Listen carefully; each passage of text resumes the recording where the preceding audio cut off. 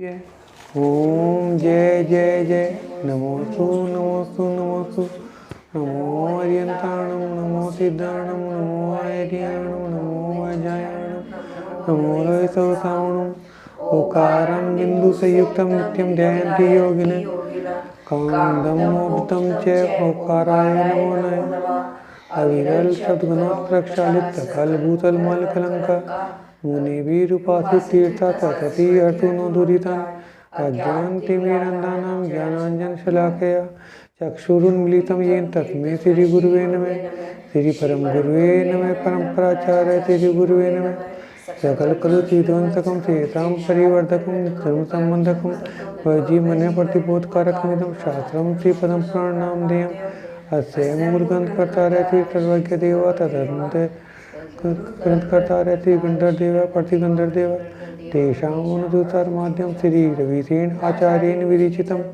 सर्वे श्रोतारः साधान्त्या सर्वन्तु मंगलम भगवान वीरो मंगलम गौतमो गणि मंगलम पूर्णाद्य जयधर्मस्तु मंगलम सर्वमंगल मांगल्यम सर्वकल्याणकारकं प्रधानं सर्वधर्माणां जैनं जयतु शासनं जैनं जयतु शासनं जैनम जयतु शासनम।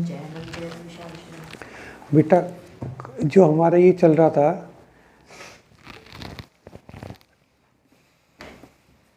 कौन से केवली थे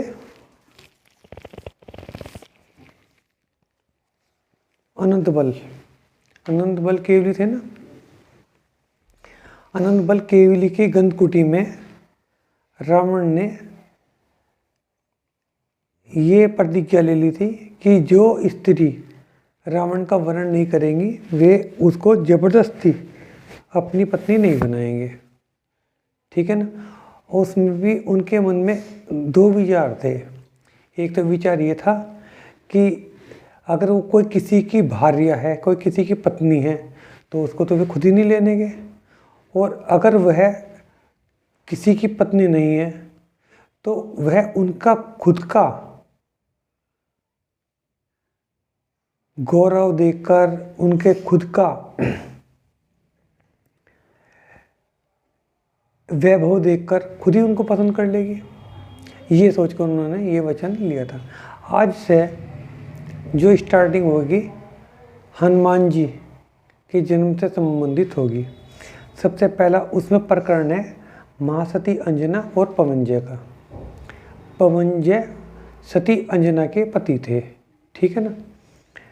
विज्ञात पर्वत की दक्षिणी श्रेणी से 10 योजन ऊंची वहाँ की आदित्यपुर नाम के एक मनोहर नगर में राजा प्रहलाद और रानी केतुमती अपने पुत्र पवनजय के साथ राज्य करते थे। ये भी विज्ञात पर्वत के आसपास की बात बता रहे हैं। ठीक है ना। पवनजय हनुमान जी के पिताजी का नाम है। ठीक है ना। और इन्होंने पवनजय को पवन पुत्र ही बना दिया और वे समझने लगे कि वायु के पुत्र हैं ये। ऐसे ही इंद्र वास्तव में देवों का राजा इंद्र नहीं है, वो एक विद्याधर का ही नाम इंद्र था। ठीक है ना। तो उन्होंने ये समझा कि है ना एक देवताओं पर विजय प्राप्त कर ली और इंद्र को जीत लिया, इसलिए नाम इंद्रजीत है। जबकि इंद्रजीत उनका नाम बचपन से ही था और इंद्र वास्तव में देवों का राजा इंद्र नहीं, वो एक विद्याधर था। पवनजय जब अपनी यौवन अवस्था को प्राप्त हुए तो उनके पिता ने उनकी शादी की चिंता हुई। भरत क्षेत्र में समुद्र के पूर्व दक्षिण की दिशा में के मध्य दंती नाम का एक पहाड़ है। देखो अगर हम यहाँ से देखें ना तो पूर्व इधर कहलाएगा। ठीक है ना। ये उत्तर है तो ये दक्षिण है, यानी कि ये जो लाइन आएगी। ठीक है ना। ये हमारा भरत क्षेत्र तो दक्षिण दिशा, पूर्व दक्षिण दिशा अगर देखा जाए तो इस तरह आएगी।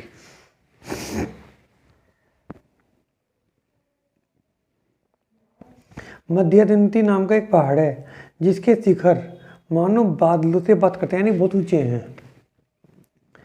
वहाँ इंद्र तुल्य राजा महेंद्र की पुत्री थी सती अंजना।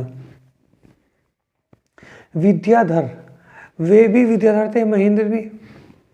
और रानी हृदयवेगा अपने 100 पुत्रों और एक पुत्री अंजना के साथ महेंद्रपुर में राज्य करते थे।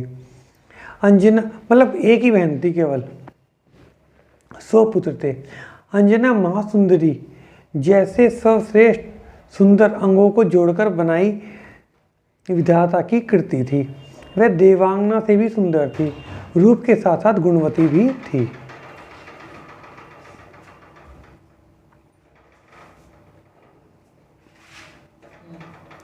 थोड़ा सा बता दूंगा ना, ठीक है, हल्का सा जिक्र कर देंगे, नहीं तो कहानी समझ में नहीं आने की। बेटा अब है ना हनुमान जी का जिक्र चल रहा है, हनुमान जी का जन्म कैसा हुआ, ठीक है ना। तो ये बताया है कि है ना हनुमान जी के जो पिता थे वे कहाँ के राजा थे, ठीक है ना, और उनकी जो मम्मी थी वे कहाँ के राजा की पुत्री थी।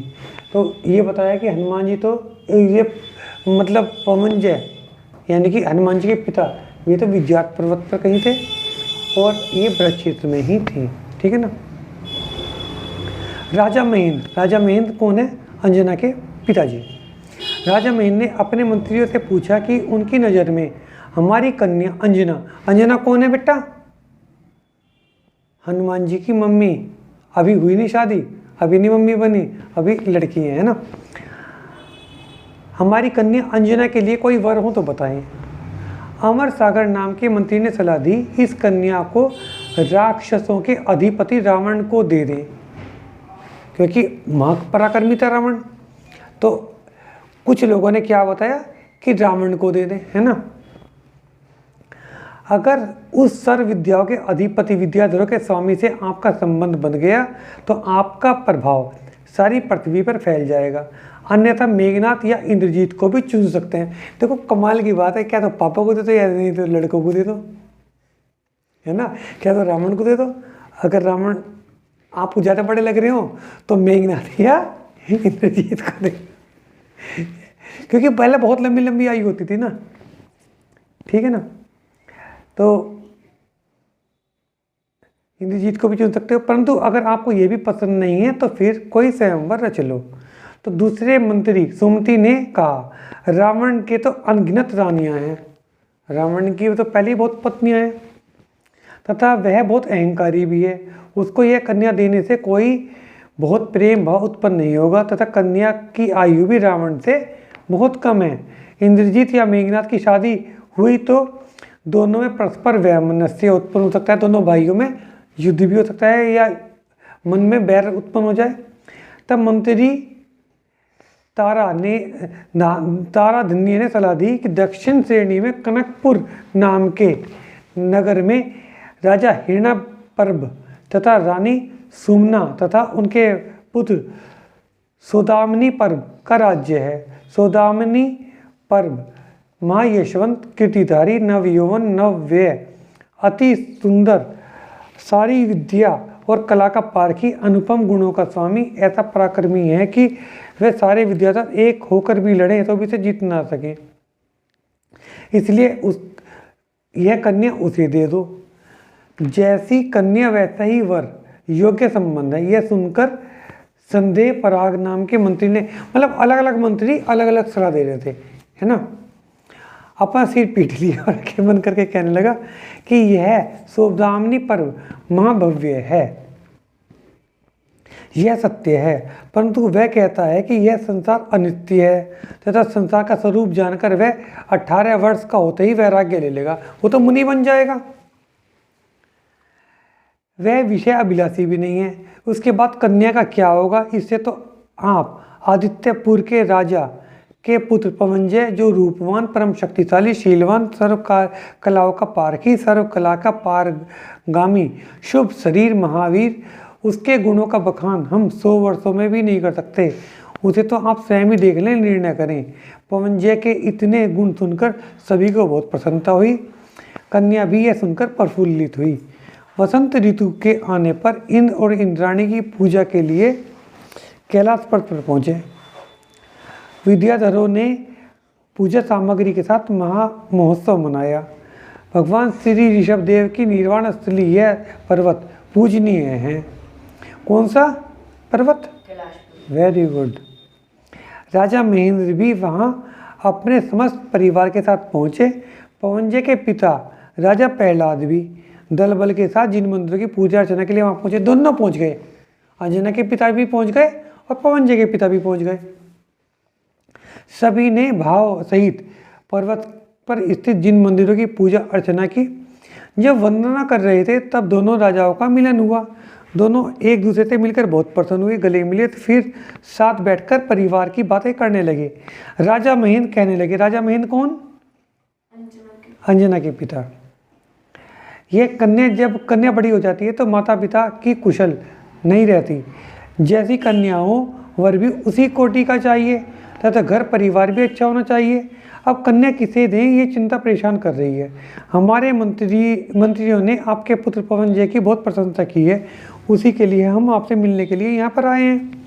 राजा प्रहलाद भी प्रसन्नता व्यक्त की कि मुझे भी पुत्र के लिए विवाह की चिंता थी, वह आपने दूर कर दी।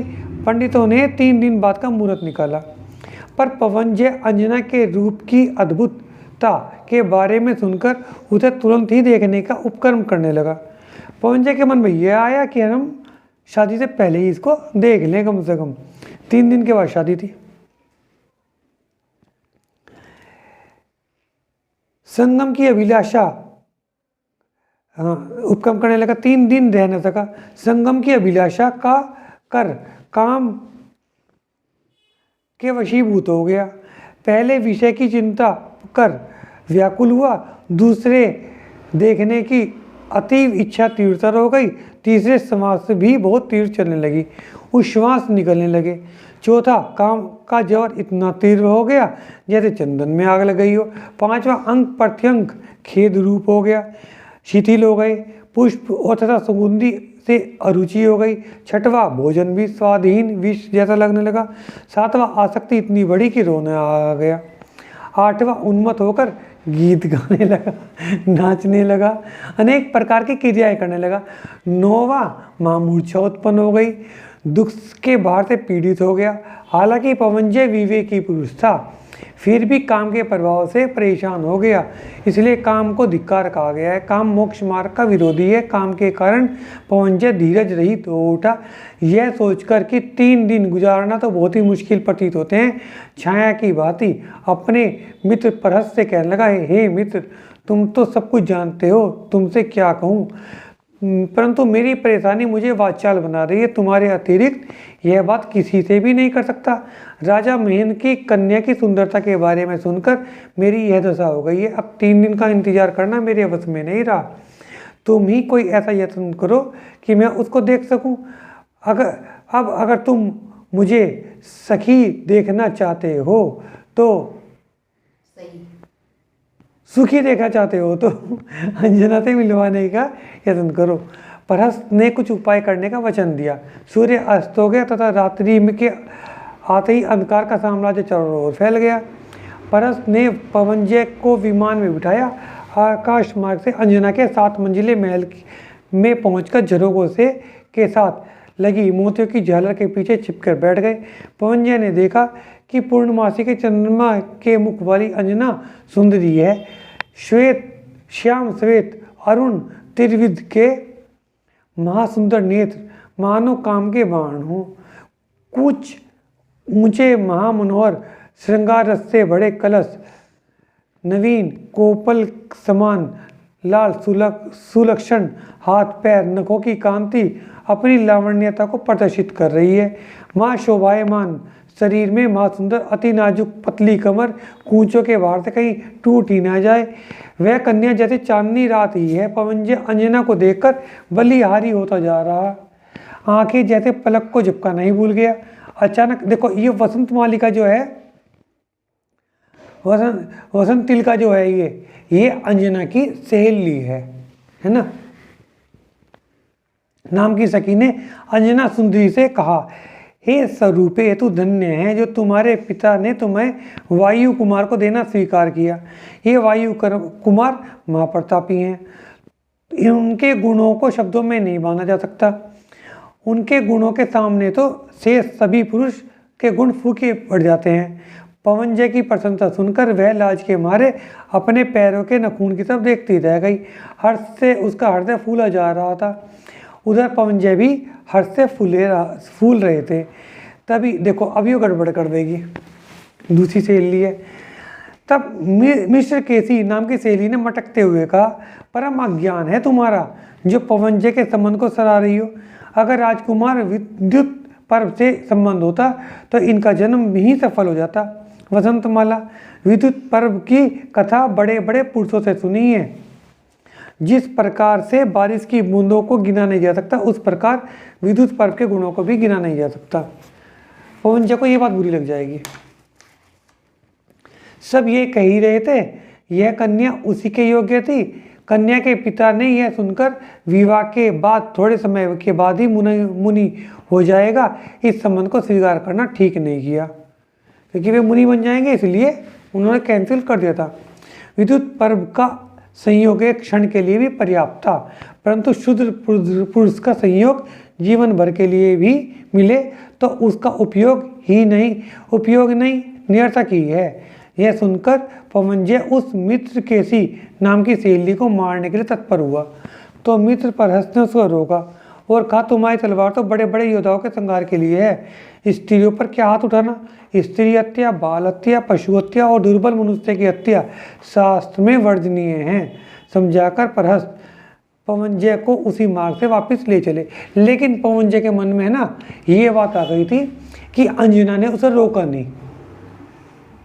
मिस्र केसी ने अगर कोई बात गलत कही तो अंजना को रोकना चाहिए था, उसे अंजना को ये कहना चाहिए था कि तुम ऐसा नहीं कह सकती। तो पवनजय के मन में ये बात घर कर गई थी,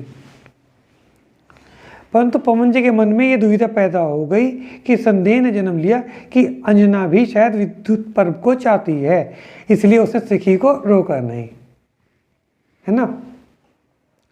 मेरी निंदा करते हुए पवनजय विचार करते हैं कि ऐसी स्त्री से विवाह करने का क्या फायदा जो किसी दूसरे पुरुष के प्रति अनुराग रखती है, जिसका शत्रु से संपर्क है। ऐसा राजा शिथिल मित्र पर पुरुष पर आसक्त स्त्री से सुख कहाँ मिल सकता है। ऐसा विचार करते हुए पवनजय ने की रात्रि व्यतीत हो गई। सूर्य उदित हो गया, जागने वाले वाद्य बज उठे। तदंतर स्त्री विमुख पवनजय मित्र परहस से बोला, हे मित्र, यह विश्राम स्थल अंजना के स्थान के बहुत ही निकट है। उस भवन का स्पर्श कर आती हुई हवा भी मुझे अच्छी नहीं लगती, इसलिए अब मुझे यहाँ नहीं रहना है, चलो अपने नगर वापस चलें, देर करना ठीक नहीं। मित्र ने तुरंत ही सेना को कूच करने की आज्ञा दी। सेना के प्रयाण के शब्दों को सुनकर कन्या बहुत दुखी हुई, सोचने लगी, हाय हाय, पूर्व उपार्जित कर्मों ने मेरे लिए खजाना देकर क्यों छीन लिया। क्या कहूँ, किससे कहूँ, क्या होगा। मेरे मन में था कि इस नरेंद्र के साथ कीड़ा करूँगी, परंतु लगता है मेरी इस नीच दुश्मन सहेली मित्र केसी के ताने वचनों को सुनकर कुमार को पता चल गया है, इसलिए कुमार मुझको छोड़कर जा रहा है। इस विवेक रहित पाप भाषिणी को धिक्कार है, जिसने मेरे प्राण वल्लभ को मुझसे छीन लिया। अब तो अगर मेरा भाग्य ठीक है तो पिता उसे वापस लाकर मुझ अभागिन पर कृपा करें, वह मेरे प्राणनाथ को वापस ले आए। मेरा जीवन जीवित रहना सार्थक है, अन्यथा आहार तज कर मैं इस शरीर को तज दूंगी। तथा मूर्छित होकर गिर पड़ी। मेरे पास आज घड़ी नहीं है। उधर पवनजय की सेना के लोग भी आकुल हो उठे। अचानक यह क्या हुआ। यह निष्कारण कूच क्यों। यह कुमार शादी करने आया था, फिर शादी न कर क्यों क्रोधित होकर वापस जा रहा है। इसको किसने क्या कह दिया। सब कुछ है इसके पास, किस वस्तु की कमी है। किसी वस्तु की कमी नहीं है। इसका ससुर बड़ा राजा, कन्या भी बहुत सुंदर है, फिर खाली हाथ वापिस क्यों जा रहा है। कहीं तो हंसकर कहने लगे, इसका नाम ही पवनजय है। हवा के प्रवाह किसी भी तरफ हो सकता है। जितने मुख उतनी ही बातें सुनाई पड़ रही थी। पवनजय शीघ्रगामी वाहन पर चढ़कर चलने के लिए तैयार हुए। तब कन्या के पिता राजा महेंद्र ने व्याकुल होकर सारे परिवार के पुरुषों के साथ राजा प्रहलाद के पास पहुँचे। फिर सब राजा मिलकर कुमार के पास पहुँचे। कहने लगे, हे कल्याण रूप, हमको दुख पहुँचाने वाला यह कूच का आदेश क्यों दिया है। आपसे किसी ने कुछ कहा है क्या। आपको किस चीज़ कोई चीज़ अप्रिय है जो तुम्हारे लिए अप्रिय है, वह हमारे लिए हितकारी कैसे हो सकती है? परंतु आपको पिता व हमारे वचन गलत भी हैं, तब भी उसका आदर करना चाहिए। हे सूरवीर, कृपया इस कूच को रोक दो तथा हमारा मनोरथ करो। हम तुम्हारे गुरुजन हैं। आपके जैसे सत्पुरुष को गुरुजन की आज्ञा का पालन करना में प्रसन्नता होनी चाहिए। यह सब देखकर कुमार ने सोचा, इस समय गुरुजनों की गुरुता को ध्यान में रखकर शादी कर लेता हूँ, फिर छोड़ दूंगा, जिससे वह किसी अन्य से भी शादी न कर सके। लगन के अनुसार विवाह हुआ। सभी के मन शोभांचित हुए, परंतु कन्या के अशोक पत्रों के समान आरक्त अति कोमल हाथ भी कुमार को अग्नि ज्वाला भांति प्रतीत हुए। न चाहते हुए भी जब कुमार की दृष्टि कन्या के तन पर पड़ी, वह क्षण भर भी ठहर न सकी। कन्या की प्रीति, वर की अप्रीति, इन दोनों के भावों को जाने बिना मानो अग्नि प्रसन्न होती रही, शब्द करती रही। विधि विधान के विवाह के सभी संस्कार पूर्ण जान हुए। सभी बांधु बांधव अत्यंत प्रमुदित हुए। पुत्री के पिता ने अपने सामर्थ्य के अनुसार सभी को यथा योग्य सत्कार किया तथा यथा योग्य दान दहेज दिया।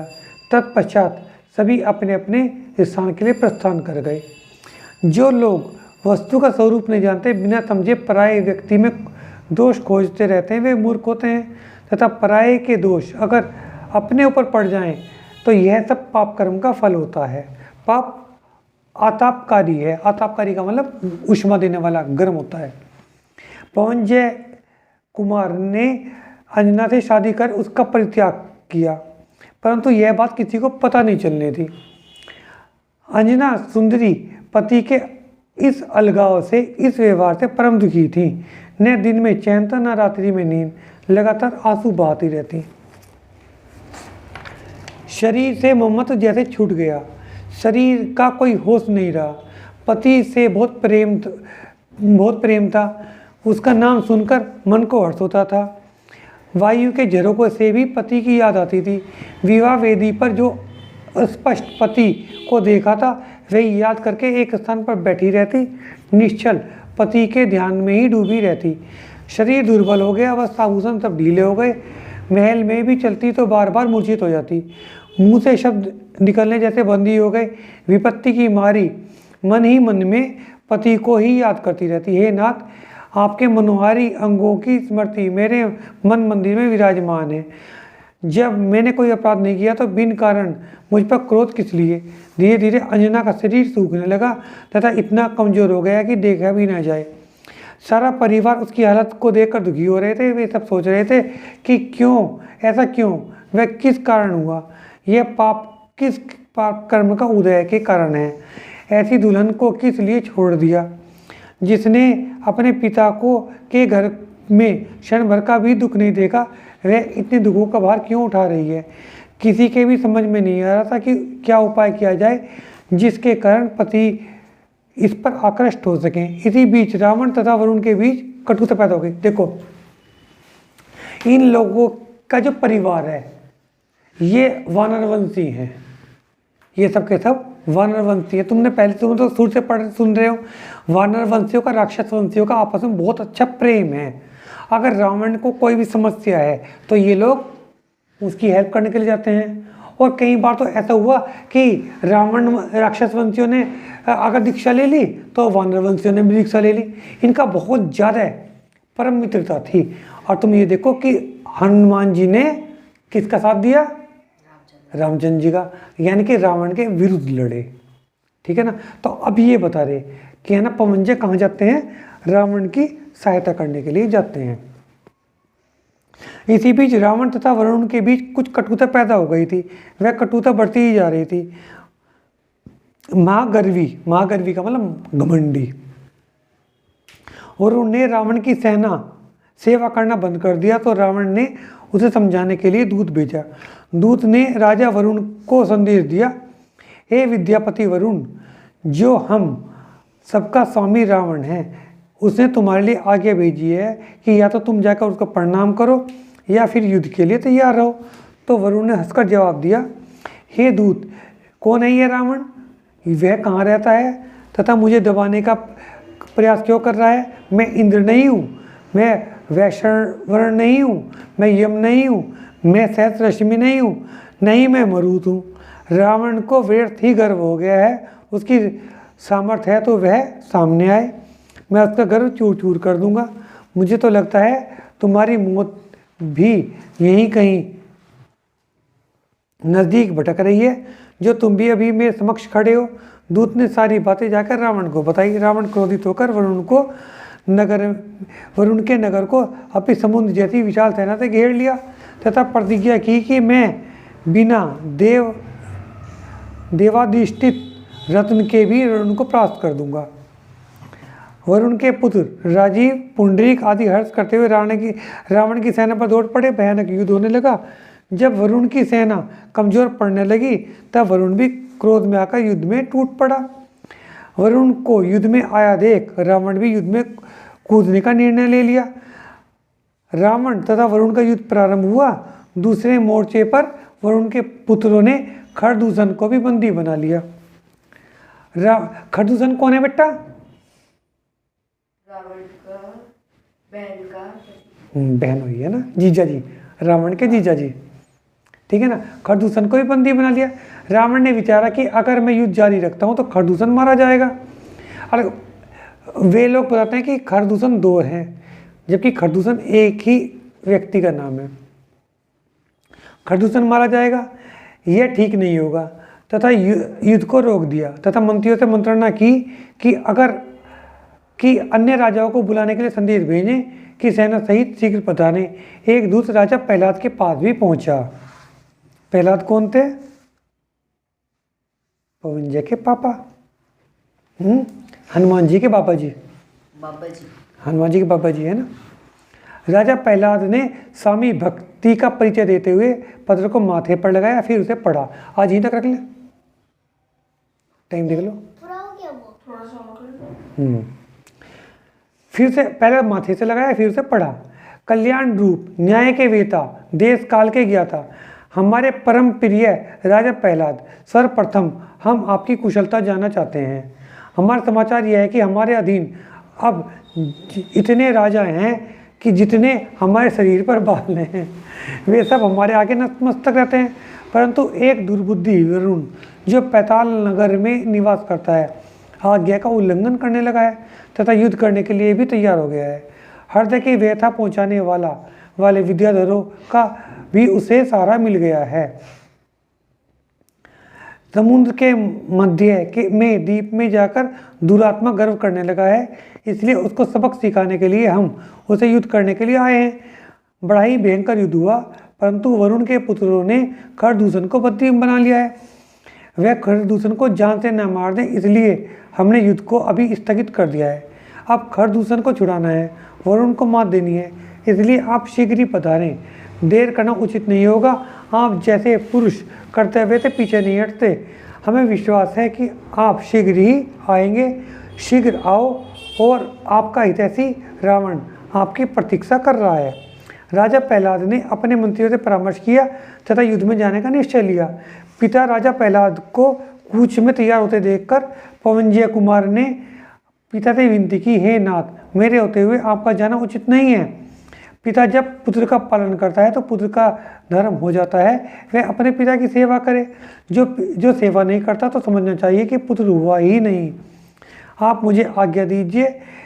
तब पिता ने कहा, हे पुत्र, तुम अभी कुमार ही हो, तुमने अभी तक कोई भी युद्ध नहीं देखा, इसलिए तुम पीछे ही रहो, मुझे जाने दो। पवनजय कुमार ने कहा, हे तात, आप मेरी शक्ति का अनुमान ही किया ही नहीं, मैं इंद्र को भी जीतने में समर्थ हूँ। यह कहकर परम आनंद के साथ स्नान आदि कर कुल के सभी वर्जनों से आशीर्वाद लिया, भाव सहित चैताल्य में आकर पूजा अर्चना की, फिर पिता से विदा लेने के लिए आए। माता पिता ने आंसुओं को अमंगल मानकर उसको निकलने नहीं दिया तथा भाव सहित आशीर्वाद दिया, हे पुत्र, तुम्हारी विजय हो। माता पिता तथा अन्य बड़ों को प्रणाम कर कूच करने के लिए निकले। दाहिना पैर निकालते ही पहली दृष्टि द्वार पर खड़ी आंसू बहाती हुई बिना श्रृंगार किए हुए अंजना सुंदरी पर पड़ी तो संकोच पूर्वक कहा, आंखों में जो अग्नि जल रही है, मैं उसका सामना नहीं कर सकता। अरे बड़े कुल की कुलवती पुत्री, यह ढीठपना क्यों, यहाँ पर निर्लज की तरह क्यों खड़ी हो, पवनजय ने अंजना जी को कहा। पति के ये क्रूर वचन सुन अंजना को प्रिय लगे कि कुछ कहा तो सही। पति के वचनों को अमृत के समान पीती हुई टूटे फूटे शब्दों में पति के पैरों की तरफ देखती हुई अंजना सुंदरी ने कहा, हे नाथ, जब तक आप विराजमान थे तब तक मैं वियोगिनी थी, परंतु जीवन की डोर उम्मीद से बंधी हुई थी। पर अब आप जब दूर जा रहे हैं तो मैं जीऊँगी कैसे। मैं आपके अमृत रूपी वचन का स्वाद पाने की आशा में आतुर हूँ। आप प्रदेश जाते समय सभी को, यहाँ तक कि जीव पशु बंधु बांधव सबको दिलासा दे रहे हो। मेरा मन तो आपके चरणों की तरफ ही लगा है। मैं आपके द्वारा ने अपनाए जाने से अत्यंत दुखी हूँ। आपने सभी को दिलासाएं दी, मुझे तो सारे संसार में कहीं भी शरण नहीं, मरण ही मरण है। तो क्रोध में आकर कुमार ने कहा, अगर तुम्हें मरना है तो मर जाओ, मुझे अब तुमसे कोई मतलब नहीं, कोई प्रीति नहीं, क्योंकि तुमने दासी से मेरा अपमान कराया था। यह शब्द सुनकर अंजना ने कहा, हे प्रियतम, सखी के वचनों ने मेरे हृदय में बाण का काम किया था, परंतु लोग लाजवश में उस समय कुछ नहीं कह सकी। आप ही मेरे प्राणनाथ हैं, मेरे प्राणों के आधार हैं। पति ही पतिव्रता नारी का परमेश्वर होता है। आपके अभाव में मेरा जीना निरर्थक है। यह कहते हुए सती मूर्छित होकर जमीन पर गिर पड़ी। पवनजय उसी समय सेना के साथ रणभूमि के लिए प्रस्थान कर गए। पहले दिन ही मानसरोवर पर जाकर डेरा डाला। विद्या के प्रभाव से बहुमंजिला भवन बनाकर मित्र सहित विश्राम करने के लिए विराजमान हुए। मन प्रफुल्लित हो रहा था कि संग्राम में हिस्सा लेने का मौका मिल रहा है। मन चारों तरफ मनोरम दृश्य देखकर अत्यंत हर्षित हो रहा था। उसी समय पवनजय की दृष्टि एक चकवी पर पड़ी। जो कहानी तुमने सुनी भी है, चकवा चकवी आपस में बात करते रहते हैं। चकवा चकवी के अंदर खास बात यह है, वे दिन में तो देखते हैं, रात को उन्हें दिखाई नहीं देता। रात को उनको दिखाई नहीं देता, रात को अंधेरा होता है, तो वे रात को एक दूसरे को नहीं देख पाते, तो वे बहुत ही परेशान रहते हैं, एक दूसरे के वियोग में परेशान रहते हैं।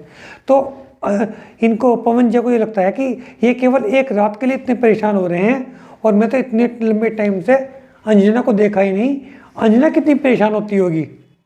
तो वे उसी रात अंजना से मिलने के लिए चले जाते हैं। ये है घटना, है ना।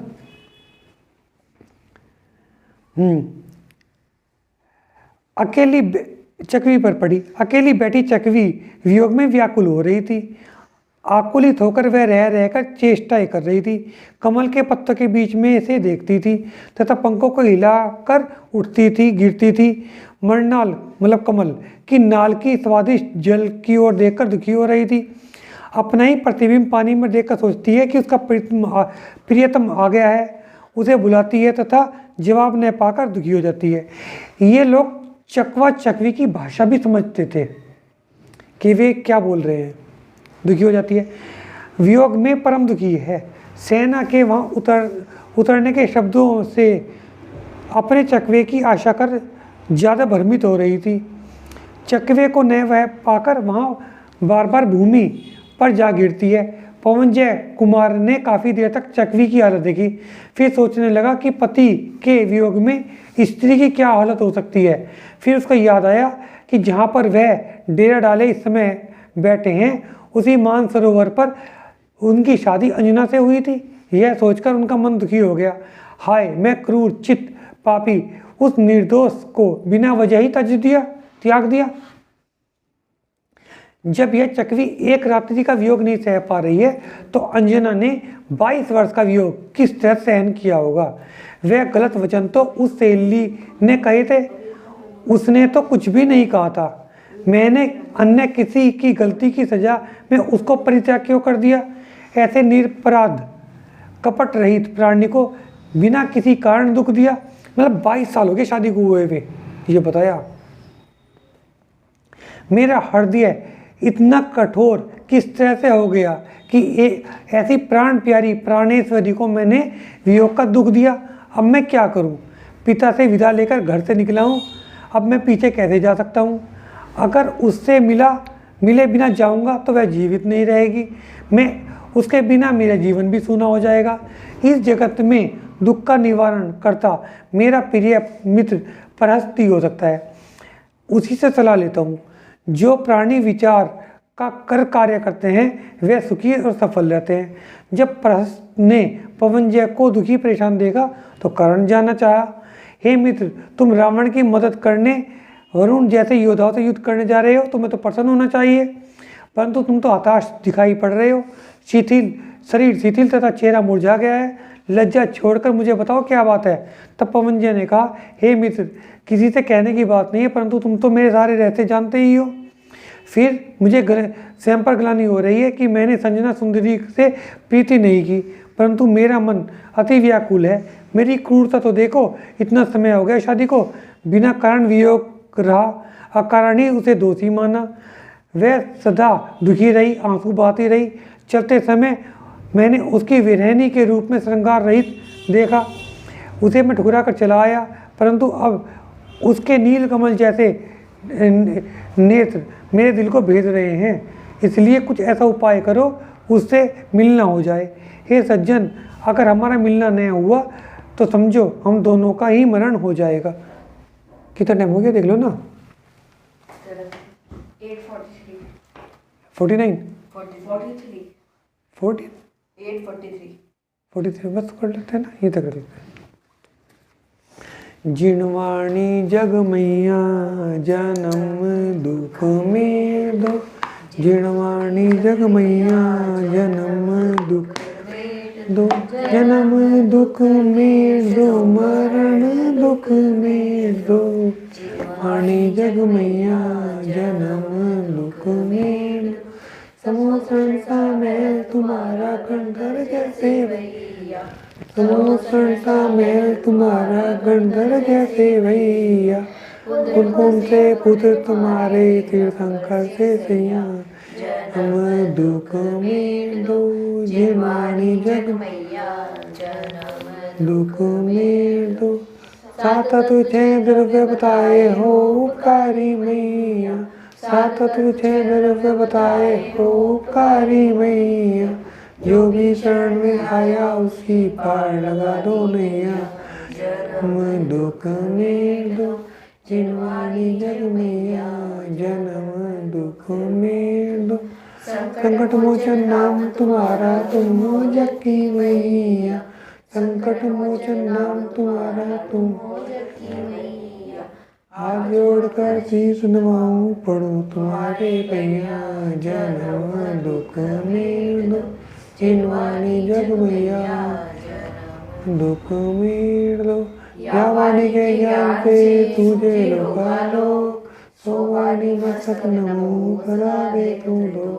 हे जिनवाणी भाती तो जो तेरी शरण गई तो पाए तू, जिनवाणी माता की जय जिनेन्द्र।